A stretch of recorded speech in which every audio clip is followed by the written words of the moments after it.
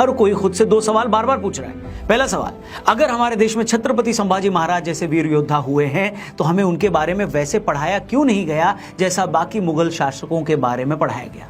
दूसरी बात जो इससे भी ज्यादा इंपॉर्टेंट है वो ये कि जो औरंगजेब सभी में इतना ज्यादा क्रूएल था, इतना बेरहम था, आखिर क्या वजह रही होगी कि हमने उसी औरंगजेब के नाम पर हमारे देश की राजधानी के सड़कों के नाम रख दी। सिर्फ 1 साल पहले तक भारत में एक पूरे शहर का नाम इस वहशी के नाम पर था। इतना ही 2021-22 तक एनसीईआरटी की 12वीं की इतिहास की किताब में यह तक पढ़ाया गया कि औरंगजेब ने टूटे मंदिरों को बनवाने के लिए दान तक दिया था। ऐसा लिखकर औरंगजेब को सेक्युलर तक बताने की झूठी कोशिश की गई थी। एक शख्स ने इस पर जब आरटीआई लगाकर एनसीईआरटी से सवाल किया कि आपके पास इस बात का कोई सोर्स है जो आपने लिखा है, तो एनसीईआरटी ने कहा कि हमारे पास इसका कोई सोर्स नहीं। मतलब उन्होंने खुद माना, जिस भी शख्स ने ये लिखा, कि उसने अपनी मर्जी से ये झूठी बात किताब में लिख डाली। जिस औरंगजेब ने सिखों के 9वें गुरु तेग बहादुर जी का दिल्ली में कत्ल कर दिया था, उसी शीशगंज गुरुद्वारे से सिर्फ 8 किलोमीटर की दूरी पर हमने औरंगजेब के नाम पर एक सड़क बना रखी थी।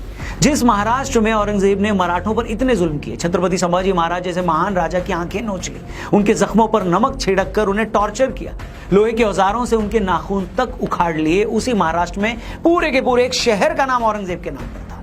इससे बड़ा क्राइम और क्या हो सकता है। औरंगजेब ने अपने 50 साल से ज्यादा की हुकूमत में ऐसा कौन सा पाप था जो नहीं किया।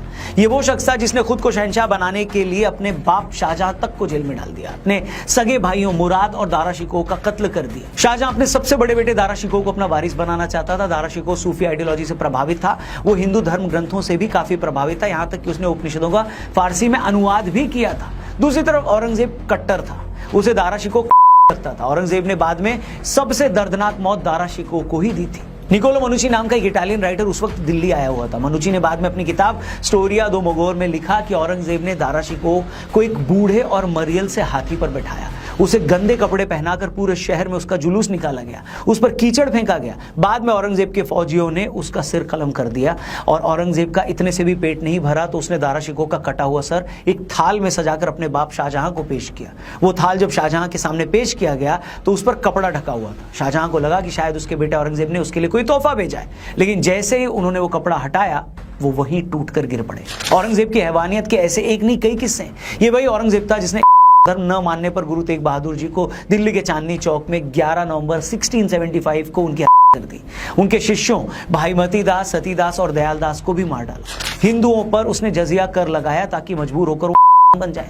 इसी औरंगजेब ने काशी विश्वनाथ का मंदिर तोड़ा, मथुरा में भगवान श्री कृष्ण का मंदिर तोड़ा, राजस्थान में गोविंद देव जी का मंदिर तोड़ने की कोशिश की, सोमनाथ के मंदिर को फिर तोड़वाया, उड़ीसा में जगन्नाथपुरी का मंदिर तोड़ने की भी कोशिश की और इसके अलावा न जाने कितने मंदिर उस दरिंदे ने तोड़े थे। लेकिन फिर भी आज भी वो इस देश में न जाने कितने लोगों के लिए एक सम्मानित शख्स है। अभी साल भर पहले महाराष्ट्र के कोल्हापुर में कुछ लड़कों ने औरंगजेब को महान बताते हुए अपनी फोटो में उसका स्टेटस लगाया था।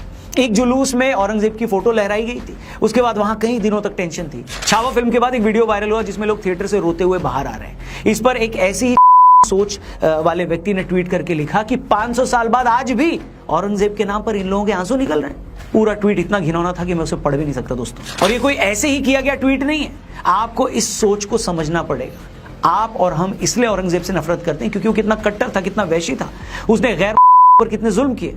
लेकिन हकीकत यही है कि एक वर्ग, एक सेक्शन ऐसा है जो इसी बात के लिए औरंगजेब से मोहब्बत करता है।